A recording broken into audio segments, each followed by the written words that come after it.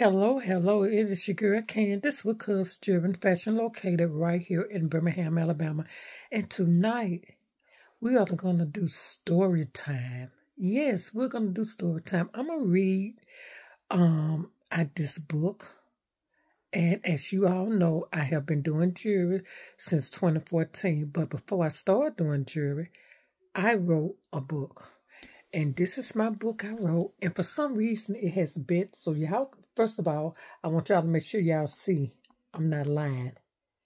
So for some reason, it's just been on my mind to do story time with you guys. And I'm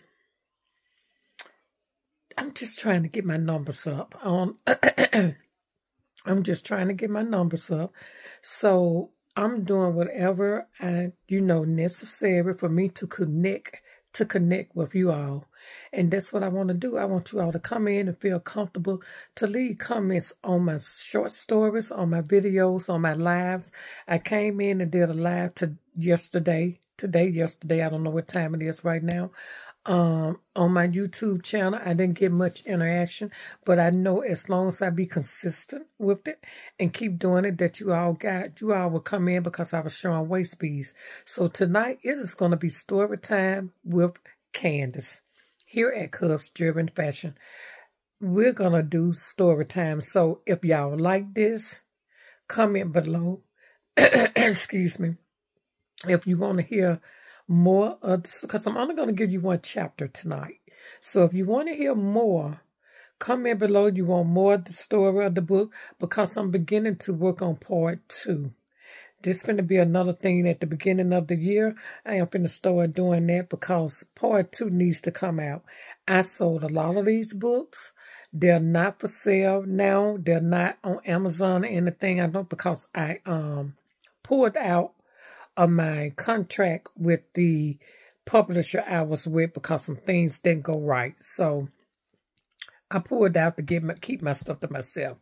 So I am going to probably start writing.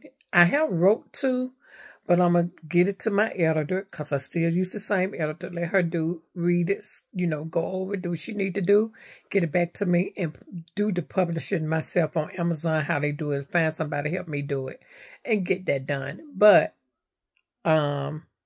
if you will want to hear the rest of it, then you can. And think about it. You're getting this free. You're getting book part 1 free. So here we go. Open Heart with Closed Eyes by Kandise Carlisle.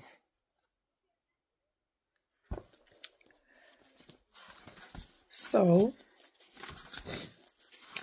I'm not going to read the acknowledgments.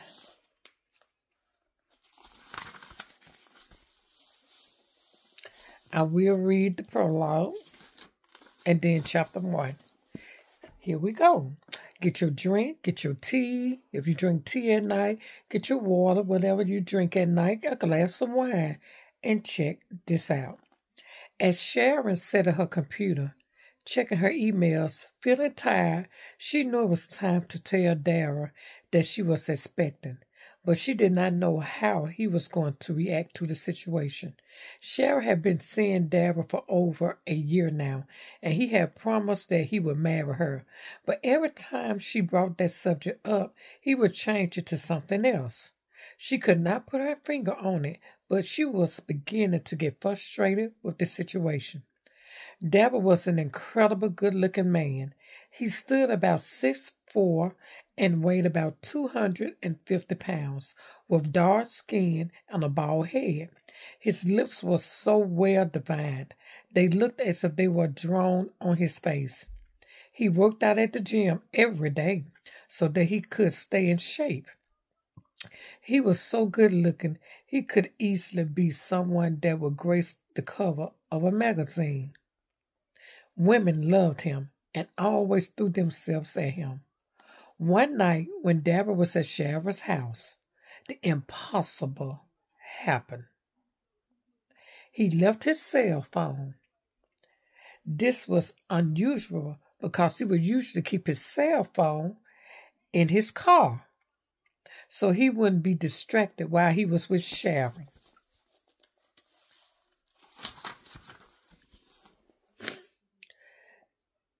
And while he was with Sharon, at least that is what he would tell her.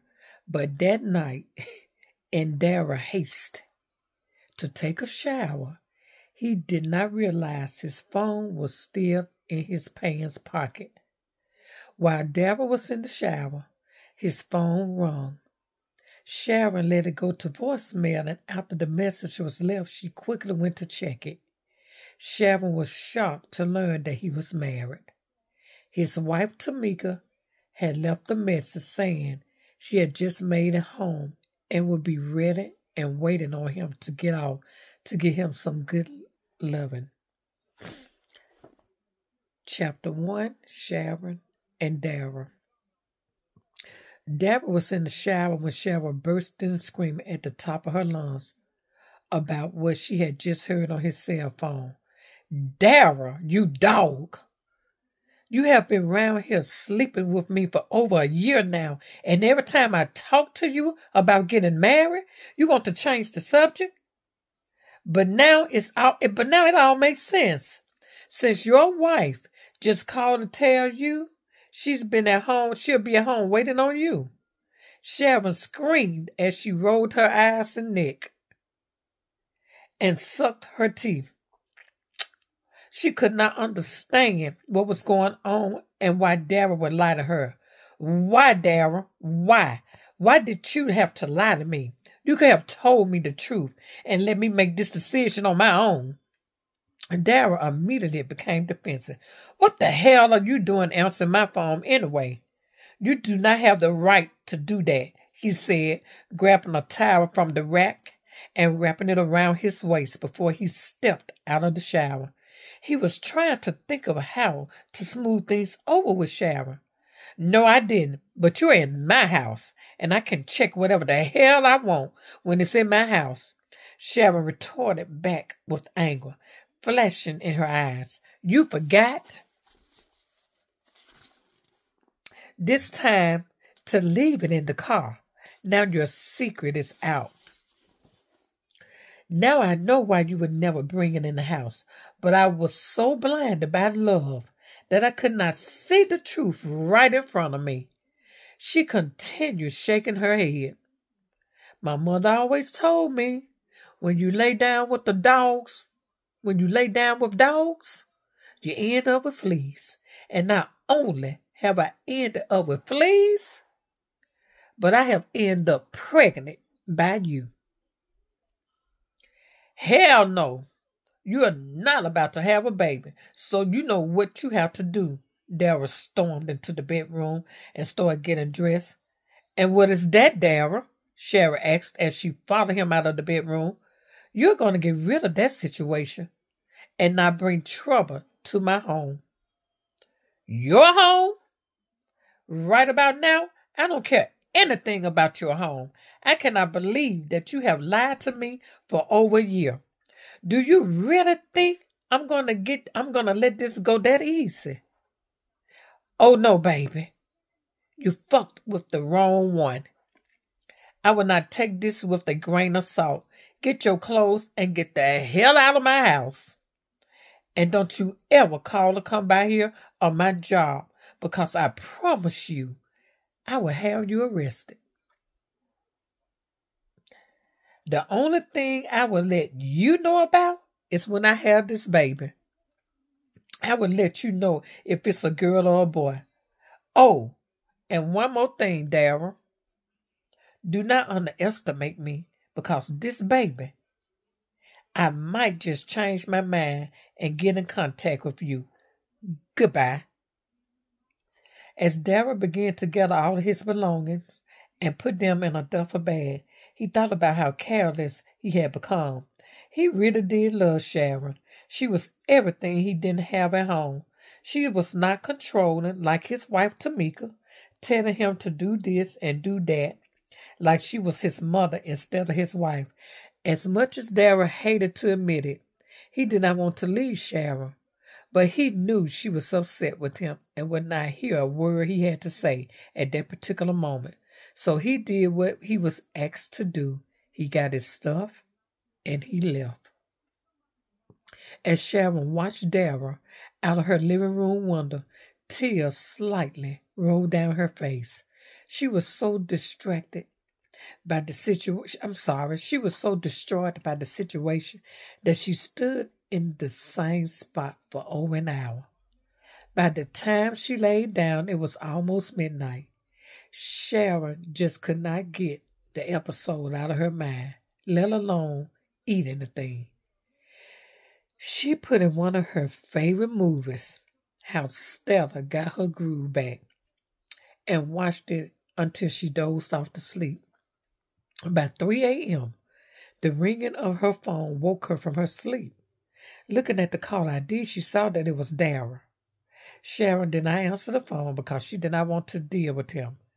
He knew that Wednesdays were her early mornings to go into work. So why would he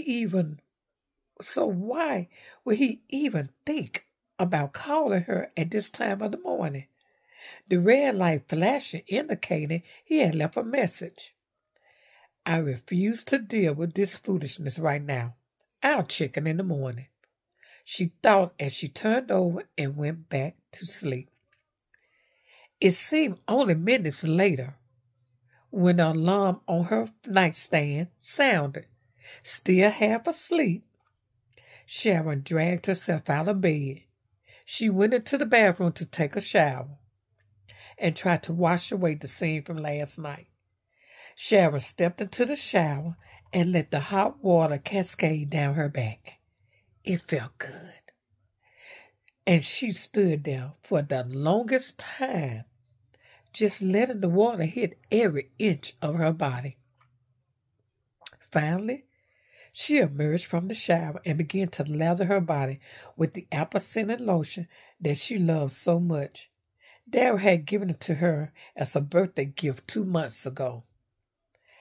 After she finished putting on her lotion, she stepped into her closet